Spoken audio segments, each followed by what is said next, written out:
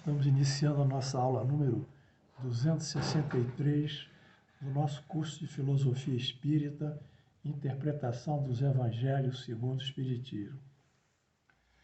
Nessas aulas, estamos estudando a saga de José, filho de Jacó, e a animosidade, a hostilidade, a idiosincrasia que os seus irmãos tinham por ele. Toda essa situação de animosidade e de hostilidade do ponto de vista da convivência, ela tem uma origem na vida espiritual. Por isso que o Espiritismo foi chamado aqui a essas aulas para detalhar exatamente o porquê dessa hostilidade, o porquê dessa falta, dessa dissonância na convivência de José com os seus 11 irmãos. No caso dos 11 irmãos com José. Vimos nas aulas anteriores que o corpo vem do corpo e o espírito vem do espírito. Ou seja, os pais geram os filhos. É o que nós chamamos parentesco corporal. Mas o espírito dos filhos não são gerados pelo pai. É o parentesco espiritual, que são espíritos afins. Esses espíritos são gerados por Deus, de acordo com o que consta na doutrina espírita, que os espíritos foram criados simples e ignorantes. Simples, por não ter experiência ainda, terem que aprender com as experiências da vida, e ignorantes porque não apresentam, lhe faltam conhecimentos.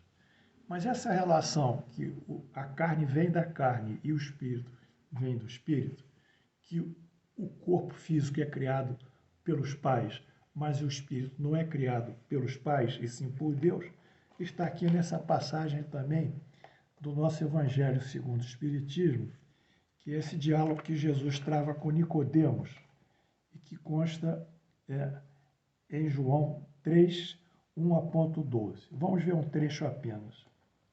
Jesus lhe falou: em verdade te digo, que ninguém pode ver o reino de Deus se não nascer de novo.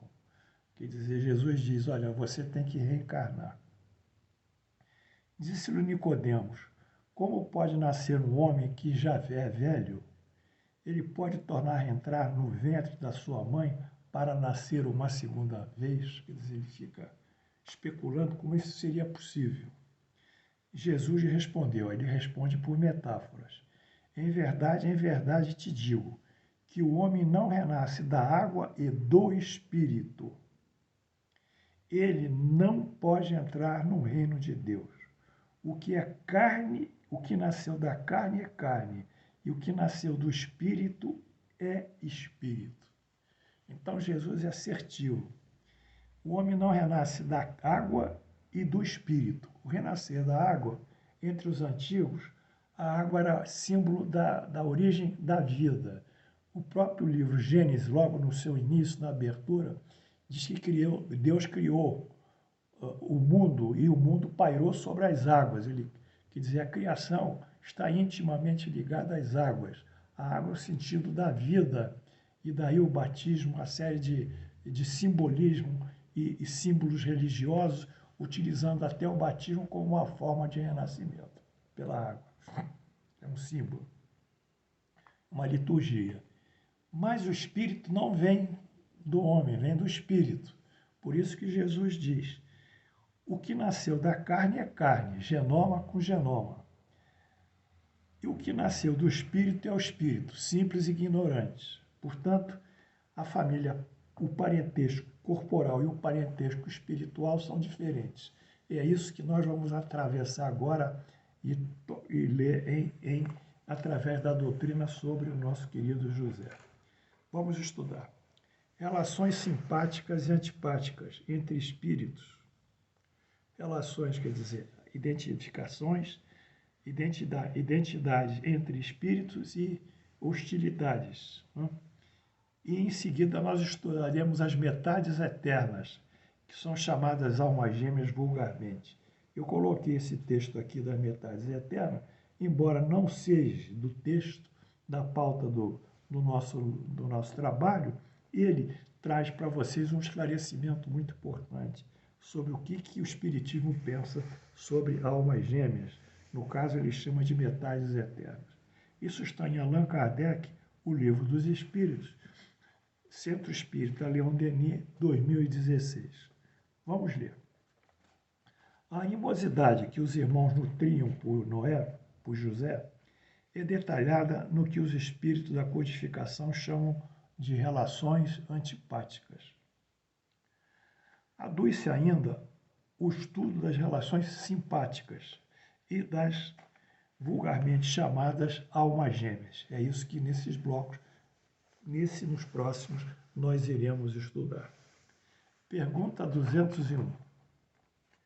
Além da simpatia geral, por semelhança, tem os espíritos, entre eles, afeições particulares, quer dizer, além de uma certa identidade que os espíritos nutrem um pelos outros, eles têm alguma afeição mais íntima, mais particular?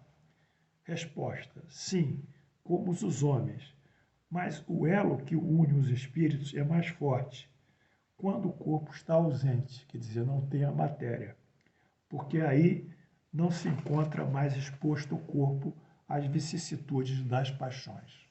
Portanto, essa relação, ela se agudiza, ela se aprofunda, ela se torna mais nítida e mais clara na ausência da matéria, porque a matéria leva às paixões, e as paixões são a exacerbação dos nossos instintos.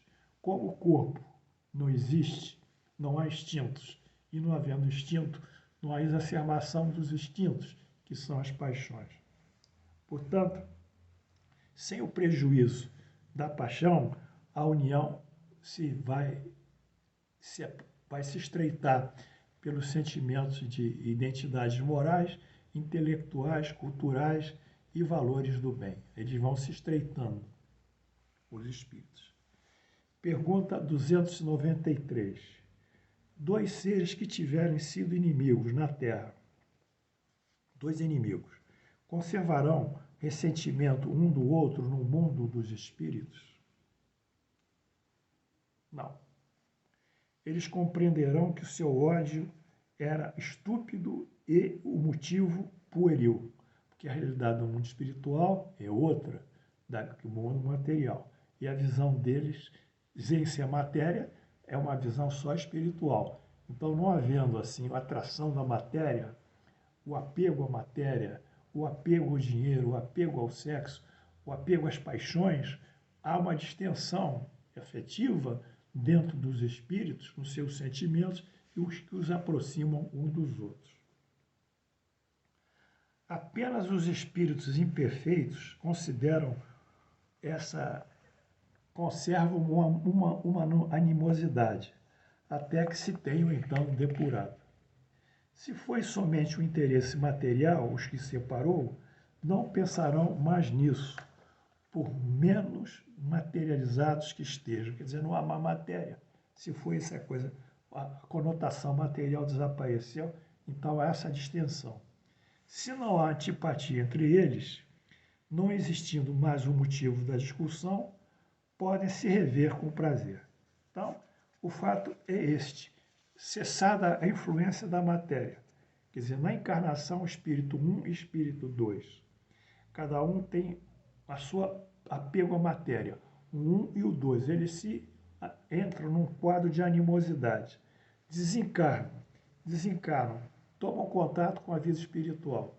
Na vida espiritual, a ausência da vida material. Então, na ausência da vida material, eles voltam ao entendimento e aquele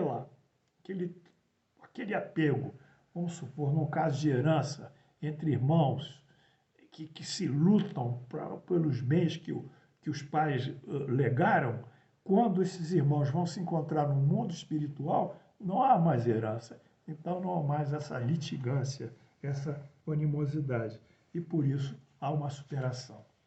Portanto, tudo ocorre, meus amados alunos, como dois irmãos que, chegando à idade da razão, reconhecem a puerilidade das controvérsias que tiveram na infância e reconciliam-se.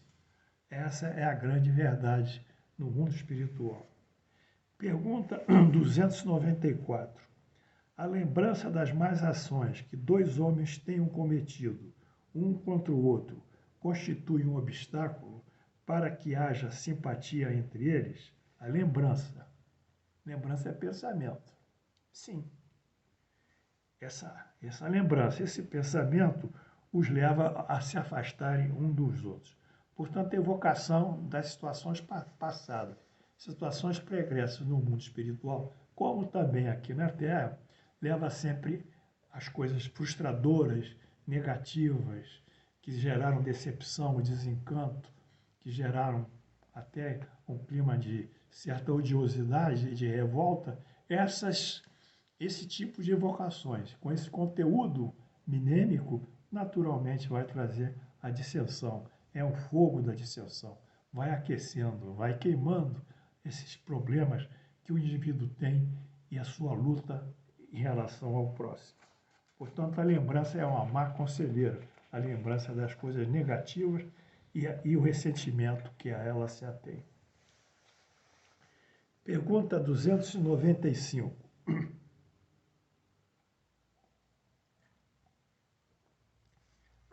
Que sentimento experimentam, depois da morte, aqueles a quem fizemos mal nesse mundo? Quer dizer, fizemos mal a uma pessoa.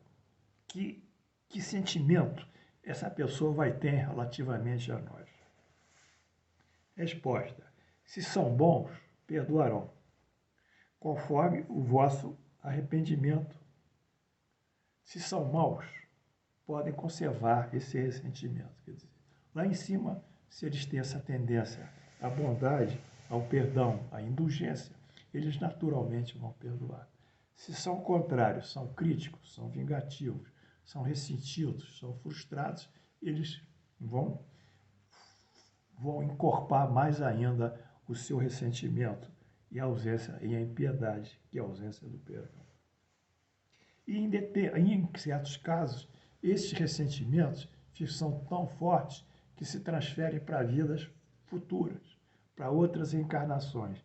Então, esses espíritos, muitas vezes não encarnados, eles perseguem o indivíduo quando encarna durante toda a sua encarnação. São os fenômenos chamados de obsessão.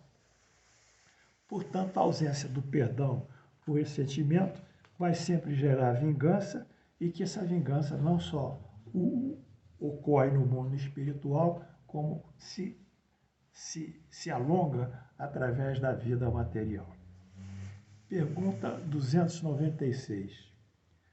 As afeições individuais dos espíritos são passíveis de se alterar? Quer dizer, tem uma afeição, tem um amor.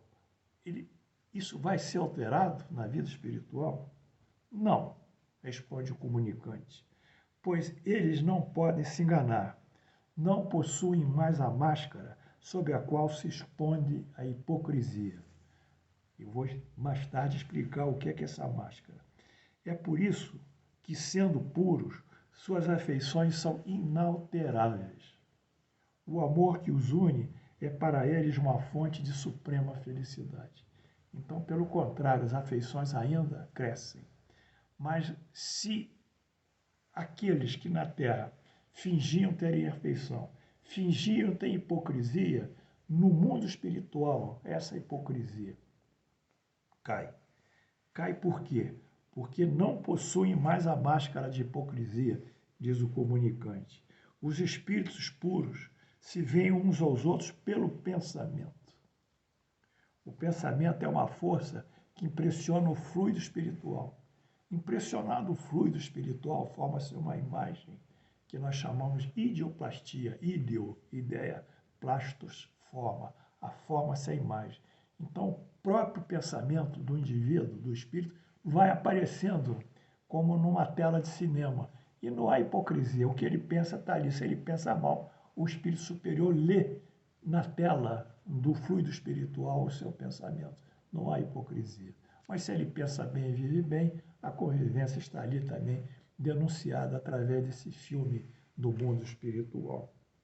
Portanto, eis a razão de que essas afeições, quando crescem no mundo espiritual, em espíritos superiores, eles se entendem porque eles são francos, são honestos, são sensíveis, têm amor, se amam, se gostam.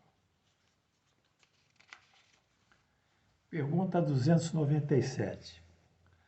A afeição que dois seres se consagram na Terra continua sempre a existir no mundo dos espíritos? Essa é uma boa pergunta. Essa pergunta é uma muito boa pergunta. Será que continua? Depende. Se for afeição material, ligada a sexo, ligada a interesses, isso no mundo dos espíritos é escoimado, isso é perdido. Mas se for afeição de sentimentos, de identificação de ideais, de um horizonte comum a percorrer, de valores do bem, valores do mundo espiritual, do juízo, do amor, das virtudes maiores. Isso anda. Sim, sem dúvida, se estiver baseada na simpatia verdadeira, que é essa afinidade. Mas não nas causas físicas, como eu disse. Aí tiveram maior importância do que a simpatia, essas causas físicas, elas cessam como a causa. As afeições entre os espíritos são mais sólidas e duráveis que aqui na Terra, porque não estão subordinadas aos caprichos dos interesses materiais e do amor próprio, do personalismo. Então, essa afeição, ela explode quando ela é essencialmente espiritual e ela apaga quando é essencialmente material ou personalista.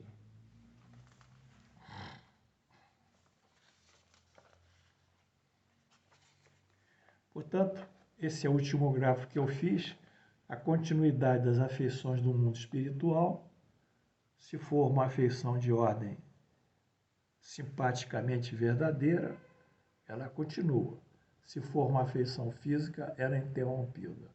As afeições dos espíritos é que permanecem quando são de origem espiritual. Bem, esse foi o primeiro tema de hoje que eu quis trazer a vocês, relativamente a José.